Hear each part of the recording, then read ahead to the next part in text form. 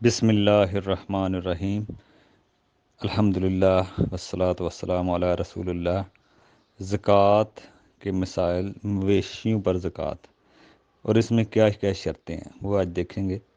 جانوروں میں زکوٰۃ کی شرطیں دیکھیں۔ مویشی میں زکوٰۃ واجب ہے، مگر اس میں 3 شرطیں ہیں۔ پہلی شرط تو یہ ہے کہ نصاب پورا ہو۔ نصاب سے مراد مطلب کہ ہر ایک کے نصاب الگ الگ ہیں۔ اونٹ کا نصاب الگ ہے، گائے کا نصاب الگ ہے اور بکری کا الگ ہے، دونوں کے الگ ہیں۔ گائے والا نصاب تو برحال آگے آئیں گی چیزیں۔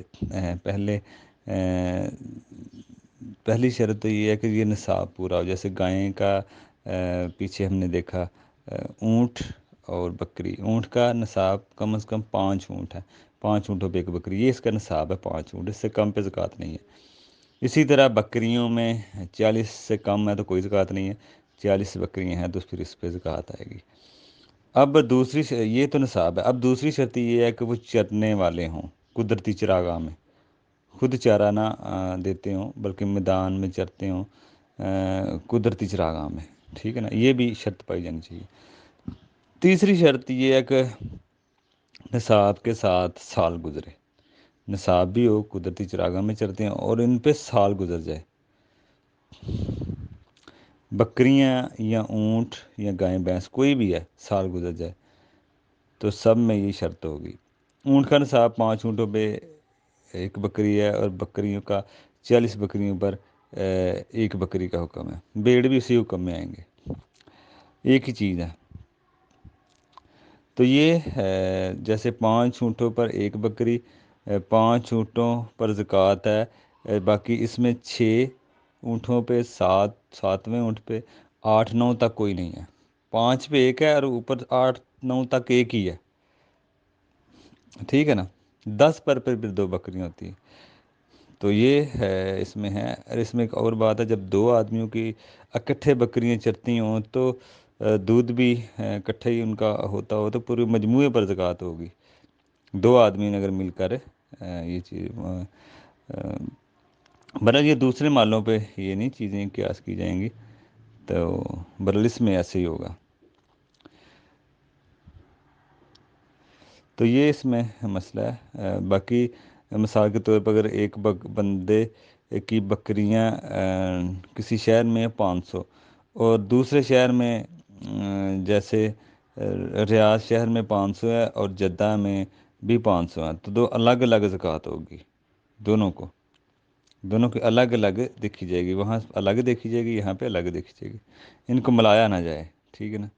مثال کے طور پر اسی طرح اگر ریاض میں 35 اور جدہ میں بھی 35 ہوں تو زکوٰۃ نہیں ہوگی، آپس میں ملایا نہیں جائے گا۔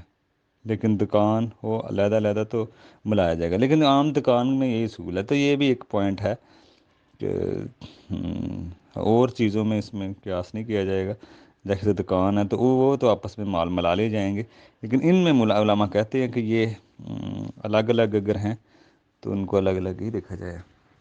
ہم مثال کے طور پہ کوئی دکان کا مال نصاب میں ہے، دوسری دکان کا نصاب نہیں ہے، تو ایسی صورت میں ملایا جائے گا۔ جیسے ایک شخص کی دکان ہے کسی چیز کی، کپڑے کی، تو وہ تو نصاب کو پہنچ رہا ہے، لیکن دوسرا جو وہ چھوٹی دکان ہے اس میں بھی نصاب نہیں ہے، تو یہ آپس میں کہتے ہیں علماء ملا لیے جائے، لیکن مویشی میں نہیں ملایا جائے گا۔ دوسرا گائے بھینس پر 30 پر ایک گائے ہوگی، ٹھیک ہے نا۔ تو ان میں نر مادہ دونوں ہو سکتے ہیں، کوئی بھی ہو سکتا ہے، گایوں میں کوئی بھی ہو سکتا ہے۔ تو یہ کم از کم اس کا نصاب 30 ہے، 29 پہ کوئی زکوٰۃ نہیں ہے، تو شرطیں وہی ان پہ چلیں گی، قدرتی چراگاہ میں چرتے ہیں اور سال گزرے، اور ہر 40 کے اوپر 2 سال کا بچڑا، ہر 40 کے اوپر 2 سال کا بچڑا لیا جائے گا۔ پہلی شرط نصاب، دوسری شرط سال، تیسرا چرنے والے ہو، یہ شرطیں تو ہوں گی۔ بھینس کا حکم بھی یہی ہے، 40 کے بعد نر ہو یا مادہ، اس میں بڑا اختلاف ہے۔ ایک چیز زکوٰۃ صرف مسلمان پر فرض ہے، مسلمان پر فرض ہے، کافروں پر نہیں ہے، کافروں سے اس سے کوئی حساب نہیں ہے۔ جزیہ لیا جائے گا جو بالغ مرد ہیں، بچے اور عورتوں سے نہیں، تو یہ تو حکم ہو سکتا ہے۔ برحال اس میں موٹا موٹا اصول یہی ہے کہ 30 سے کم گائیں بھینسوں پر کوئی زکوٰۃ نہیں، اس سے اوپر پھر ہوگی۔ اور دوسرا حکم، ذمہ داری زکوٰۃ کو پہنچانے میں اجتماعی نظام بھی ہو سکتا ہے اور انفرادی طور پر بھی ہو سکتا ہے، دونوں ہو سکتے ہیں۔ اور غلہ گھر میں لا کر دیں یا وہاں سے ہی ادا کر دیں، دونوں ہونا چاہیے، بلکہ گھر میں لا کر دینا چاہیے، ٹھیک ہے نا، وہاں آ کر نہیں، بلکہ اب ایسے نہیں ہونا چاہیے، بلکہ گھر آ کر اس کو لوگوں کو تو پہنچانا چاہیے جو مستحق ہیں۔ غلے کے بارے میں مطلب گھر کے میں لا کر دیں۔ اب یہ نہیں ہے کہ جیسے غلہ کسی نے کچھ سی کھیتی باڑی کی ہے تو وہاں سے آ کے لے لو، بلکہ گھر آ کر وہ دینا چاہیے۔ باقی آگے ہم کچھ دیکھیں گے گھوڑوں کے بارے میں، گھوڑوں پہ زکوٰۃ کے مسائل کے بارے میں تھوڑی سی وضاحت کریں گے، اس میں کیا رائے ہیں علماء کی۔ السلام علیکم ورحمۃ اللہ۔